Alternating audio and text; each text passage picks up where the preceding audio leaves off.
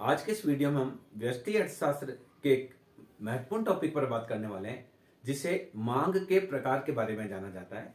हमने पिछले वीडियो में ये जाना कि मांग क्या होती है और मांग व आवश्यकता में क्या अंतर होता है, इच्छा क्या होती है, आवश्यकता क्या होती है और मांग क्या होती है, और इन तीनों में क्या अंतर होता है, इसके बारे में हमने विस्तार से जानकारी प्राप्त करी थी। आज के इस वीडियो में हम ये जानेंगे कि मांग के कौन कौन से प्रकार है। सामान्य रूप से मांग तीन प्रकार की होती है। पहली मांग को हम कीमत मांग कहते हैं, दूसरी को आय मांग कहते हैं और तीसरी को तिरछी मांग कहते हैं। इसके अलावा कुछ और मांग भी होती है जिसकी चर्चा हम वीडियो के लास्ट में करेंगे। तो सबसे पहले देखिए कीमत मांग। फर्स्ट जो होती है कीमत मांग।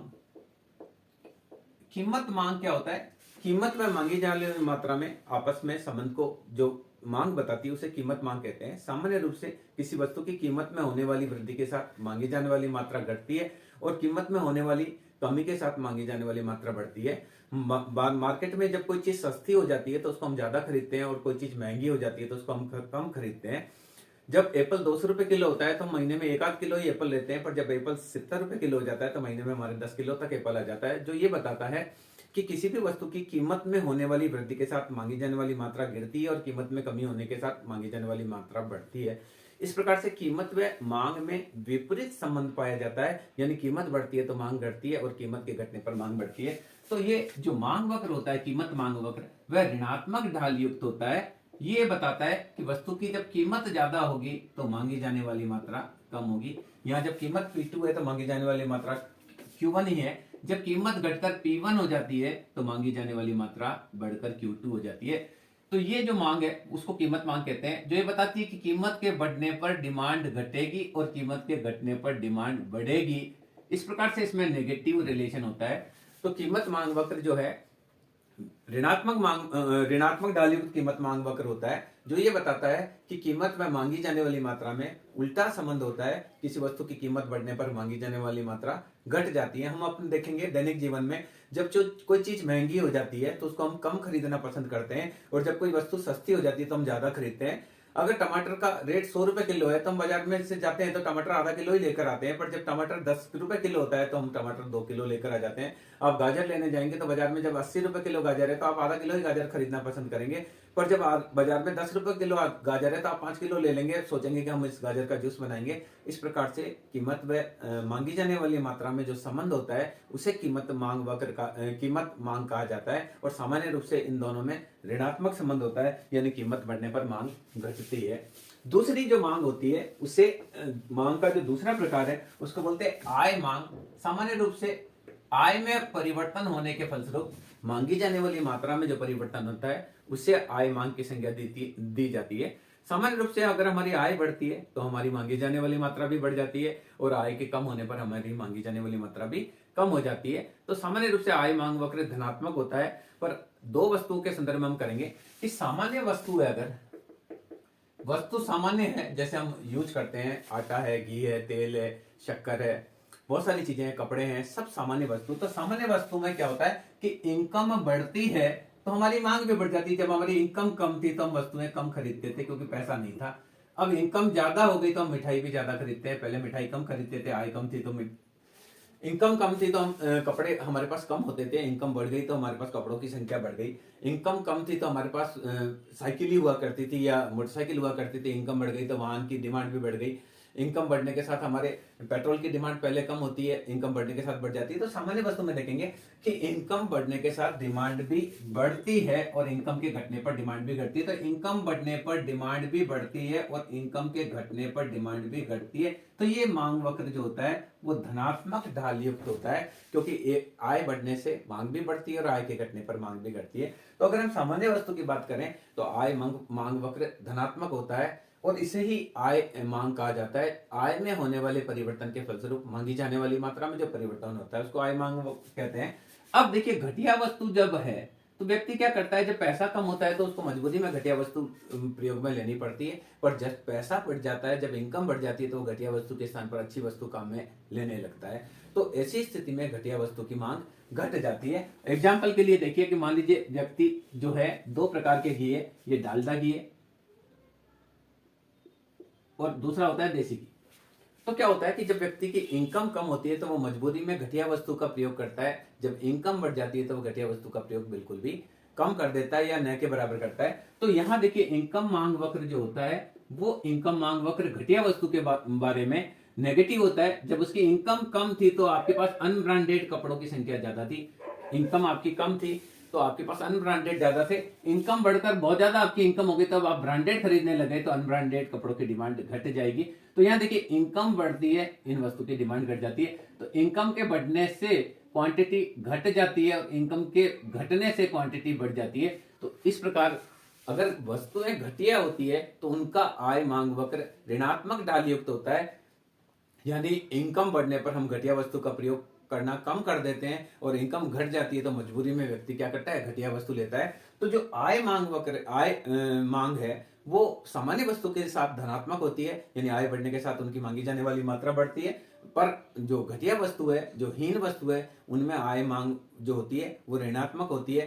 क्यों कि इनकम बढ़ने पर व्यक्ति उनका उपभोग कम कर देता है। आप देखेंगे गरीब लोग जो है जिन वस्तुओं का प्रयोग करते हैं उनका जैसे जैसे इनकम बढ़ जाती है उन वस्तुओं का प्रयोग घट जाता है और उसके स्थान पर हम अच्छी वस्तु का प्रयोग करते हैं। आप देखें कि बचपन में हमको जब पॉकेट मनी कम मिलता था तो हम छोटी बाजार में जो नॉर्मल चीजें होती थी वो खा लेते थे, टॉफी खा लेते थे। पर अब हमारी इनकम बढ़ गई तो हमको टॉफी भी खानी है तो कैडबरीज की खानी है या सिल्क खानी है। कहने का तात्पर्य है कि जो लोकल चीजें हम खाते थे उनकी डिमांड इनकम बढ़ने के साथ घट गई और उनके जगह हम ब्रांडेड वस्तुओं का प्रयोग करने लगे। तो इस प्रकार से जो इनकम डिमांड वक्र है उसका धनात्मक ढाल युक्त भी होता है और ऋणात्मक ढाल युक्त भी होता है। तीसरी मांग की हम बात करेंगे, तिरछी मांग। तिरछी मांग का मतलब है जब मांग इस प्रकार की होती है कि एक्स वस्तु की मांगी जाने वाली मात्रा से वाई वस्तु एक्स वस्तु की कीमत में होने वाले परिवर्तन से वाई वस्तु की मांगी जाने वाली मात्रा में अगर परिवर्तन होता है, यानी कीमत में एक्स में परिवर्तन है, मांगी जाने वाली मात्रा में वाई में परिवर्तन, या कीमत में वाई में परिवर्तन है, मांगी जाने वाली मात्रा में एक्स में परिवर्तन है, तो इस प्रकार की मांग को तिरछी मांग की संज्ञा दी जाती है। यानी कीमत किसी और की बदलती है और मांग किसी और की बदलती है तो इसको क्रॉस डिमांड कहा जाता है, तिरछी मांग कहा जाता है। हम यहाँ दो प्रकार की वस्तुओं के बारे में चर्चा करेंगे। पहली देखिए, प्रतिस्थापन अगर वस्तु है, प्रतिस्थापन वस्तुएं जो है उनमें देखिए कि तिरछी मांग किस प्रकार की होगी। प्रतिस्थापन वस्तुएं वह वस्तु होती है जो एक वस्तु के स्थान पर दूसरी हम काम में ले सकते हैं तो उनको प्रतिस्थापन वस्तु कहते हैं। जैसे हम समोसा के स्थान पर कचौरी खा लेते हैं, रोटी के स्थान पर हम चावल खा लेते हैं तो प्रतिस्थापन वस्तु है। शूज के स्थान पर हम सैंडल पहन लेते हैं तो प्रतिस्थापन वस्तु। कार के स्थान पर हम मोटरसाइकिल लेकर जाते हैं तो वह प्रतिस्थापन वस्तु।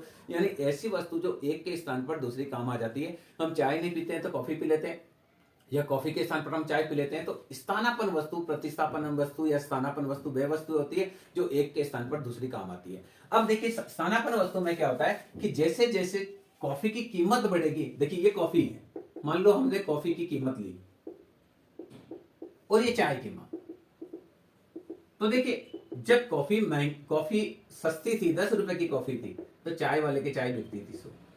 इसने 20 रुपए की कॉफी कर दी तो लोग कॉफी पीने के जगह चाय पीने लगे क्योंकि चाय 10 रुपए की तो चाय की मांग होगी 5। यानी कीमत तो किसकी चेंज हुई, कीमत कॉफी की चेंज हुई पर डिमांड किसकी बढ़ी, चाय की बढ़ी। तो इस प्रकार की वस्तुएं जो होती है स्थानापन्न वस्तु होती है। जब कचौड़ी महंगी हो जाएगी तो समोसे की डिमांड बढ़ जाएगी, कचौड़ी सस्ती होगी तो समोसे की डिमांड घट जाएगी। जब कॉफी महंगी होगी तो चाय की डिमांड बढ़ जाएगी और कॉफी सस्ती होगी तो चाय की डिमांड घट जाएगी। तो यहाँ देखिए प्राइस ऑफ वाई बढ़ता है तो क्वांटिटी ऑफ एक्स की डिमांड बढ़ती है, और कॉफी सस्ती होती है तो चाय की डिमांड भी घट जाती है। तो इस प्रकार से इनमें क्या होता है, दोनों एक ही दिशा में, तो कौन सा संबंध होता है, पॉजिटिव संबंध होता है। तो यहाँ स्थानापन्न वस्तुओं की बात हमने करी। स्थानापन्न वस्तुएं वह वस्तु होती है जो एक के स्थान पर दूसरी काम में ली जाती है। तो सामान्य रूप से क्या होता है कि जब स्थानापन्न वस्तु की कीमत बढ़ती है, जैसे चाय का स्थानापन्न कॉफी है तो कॉफी की कीमत बढ़ती है तो चाय की मांग बढ़ जाती है।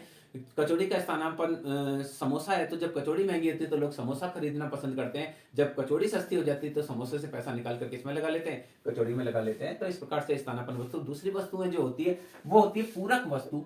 पूरक वस्तु यानी एक वस्तु जो दूसरी, एक वस्तु के स्थान पर जब दूसरी वस्तु, एक वस्तु लेने के साथ दूसरी वस्तु भी लेनी पड़ती है, इस प्रकार की वस्तु को कॉम्प्लीमेंट्री या पूरक वस्तु कहते हैं। जैसे हम सामान्य रूप से हम कार खरीदेंगे तो कार पेट्रोल की है तो हमको पेट्रोल भी लेना पड़ेगा और डीजल की है तो डीजल भी लेना पड़ेगा।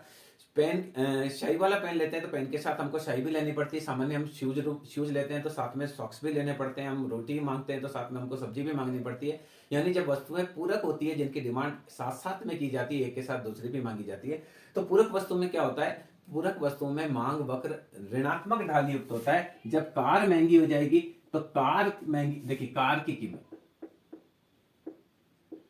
कार महंगी है तो कार लोग कम खरीद रहे हैं तो पेट्रोल की डिमांड भी कम है, पेट्रोल की मांग। और जब कार सस्ती हो जाती है लोग कार ज्यादा खरीदेंगे, कार ज्यादा खरीदेंगे तो पेट्रोल की मांग भी बढ़ेगी। इसका मतलब क्या है कि प्राइस ऑफ वाई बढ़ता है तो क्वांटिटी ऑफ एक्स की डिमांड घट जाती है, यानी कार महंगी होती है तो पेट्रोल की मांग भी घट जाती है, और कार सस्ती होती है तो पेट्रोल की मांग भी बढ़ जाती है। तो ये देखिए उल्टे हैं, तीर उल्टे हैं, एक तीर ऐसा है एक तीर ऐसा है, तो यहां नेगेटिव रिलेशन है। यानी पूरक वस्तुओं की स्थिति में मांग वक्र का ढाल ऋणात्मक होता है, क्योंकि कार की कीमत बढ़ने पर कार कम खरीदी जाएगी, और कार कम खरीदी जाएगी तो पेट्रोल की डिमांड भी कम होगी। यदि कार सस्ती हो जाती है तो कार ज्यादा खरीदी जाएगी, और जब ज्यादा खरीदी जाएगी तो पेट्रोल की डिमांड भी बढ़ेगी। तो पूरक वस्तुओं में जो ये होता है, ये मांग वक्र होता है, वो ऋणात्मक ढाल युक्त होता है, जबकि प्रतिस्थापन वस्तुओं में ये धनात्मक ढाल युक्त होता है। इस प्रकार से हमने यहाँ चर्चा की कि किस प्रकार से कीमत मांग किसको कहा जाता है। दूसरी बात हमने बात करी, आय मांग सामान्य वस्तु के लिए धनात्मक होती है पर घटिया वस्तु के लिए ऋणात्मक होती है, और तिरछी मांग जब एक्स वस्तु की कीमत से वाई वस्तु की मांगी जाने वाली मात्रा में परिवर्तन होता है तो उसे तिरछी मांग कहते हैं। अगर वस्तु में प्रतिस्थापन है तो ये धनात्मक ढाल युक्त होती है, यानी अगर कॉफी की कीमत बढ़ेगी तो चाय की मांग बढ़ेगी, कॉफी की कीमत घटेगी तो चाय की मांग घटेगी। पर अगर वस्तुएं पूरक है तो यह ऋणात्मक ढाल युक्त होता है, यानी कीमत बढ़ने पर कार की कीमत बढ़ने पर पेट्रोल की मांग घटती है, कार की कीमत घटने पर कार ज्यादा बिकेगी इसलिए पेट्रोल की मांग भी बढ़ेगी। ये मेन रूप से तीन प्रकार की जो मांग होती है वो इकोनॉमिक्स में हम चर्चा करते हैं, जैसे हमने बोला कि कीमत मांग, आय मांग और तिरछी मांग। इसके अलावा कुछ और मांग भी होती है जो बहुत सिंपल है, उसके बारे में मैं आपको थोड़ा सा बता देता हूं। जैसे कुछ वस्तुओं की होती है संयुक्त मांग, जब कुछ वस्तुएं साथ साथ मांगी जाती है तो उसे संयुक्त मांग कहते हैं। जैसे हम चाय की मांग करते हैं तो चाय की मांग करने के साथ क्या होता है, इसका मतलब हमने दूध की मांग भी करी है, चाय पत्ती की मांग भी बात की करी है, चीनी की भी मांग की है। तो उस ऐसी वस्तु जो एक वस्तु के साथ दूसरी एक साथ मांगी जाती है, जैसे हम कहते हैं रोटी लेकर आओ, इसका मतलब हमने रोटी भी मांगी है, सब्जी भी मांगी है, सलाद भी मांगी है, चावल भी मांगा है, पापड़ भी मांगा है, ये रोटी की मांग संयुक्त मांग है। चाय की मांग संयुक्त मांग है। दूसरी मांग एक होती है डिराइव्ड या व्युत्पन्न डिमांड। व्युत्पन्न डिमांड का मतलब है एक वस्तु की मांग उत्पन्न होने की वजह से दूसरी वस्तु की मांग उत्पन्न हो जाती है, उसको डिराइव्ड डिमांड कहते हैं। जैसे मकान की मांग बढ़ती है तो मकान की मांग बढ़ने के साथ सीमेंट की मांग भी बढ़ जाती है, लोहे की मांग भी बढ़ जाती है, रेत की मांग भी बढ़ जाती है, कई प्रकार की मांग एक साथ हो जाती है। इसके अलावा एक और मांग होती है सामूहिक मांग, जब कई वस्तुओं की मांग एक साथ की जाती है तो उसको सामूहिक मांग की संज्ञा दी जाती है। जैसे हम बिजली की मांग करते हैं तो बिजली की मांग एक सामूहिक मांग है, क्योंकि हो सकता है हमने उसके लिए कपड़े धोने के लिए भी मांग लिया है, उसको प्रेस करने के लिए भी मांगा है, पानी को गर्म करने के लिए भी मांगा है, कमरे को ठंडा करने के लिए भी उसको मांगा है, खाना बनाने के लिए भी मांगा है। तो जब कोई वस्तु ऐसी वस्तु की मांग की जाती है जो बहुत सारे प्रयोग में आती है, जैसे दूध की मांग करते हैं तो दूध के साथ पनीर भी बन सकता है, दही भी बन सकता है, मावा भी बन सकता है, दूध की मिठाइयाँ भी बन सकती है, वो खोया भी बन सकता है, बहुत सारी चीज़ों की डिमांड एक साथ हो जाती है अगर हम दूध की डिमांड करते हैं। या हम बिजली की मांग करते हैं तो बहुत सारी वस्तुओं की मांग एक साथ हो जाती है। इस प्रकार की मांग को सामूहिक मांग कहते हैं। तो मैं समझता हूँ इस वीडियो के माध्यम से आप समझ पाए होंगे कि कीमत मांग किसे कहा जाता है, आय मांग किसे कहा जाता है, आय मांग कौन कौन से तरीके की होती है, तिरछी मांग क्या होती है, व्युत्पन्न मांग क्या होती है, सामूहिक मांग क्या होती है,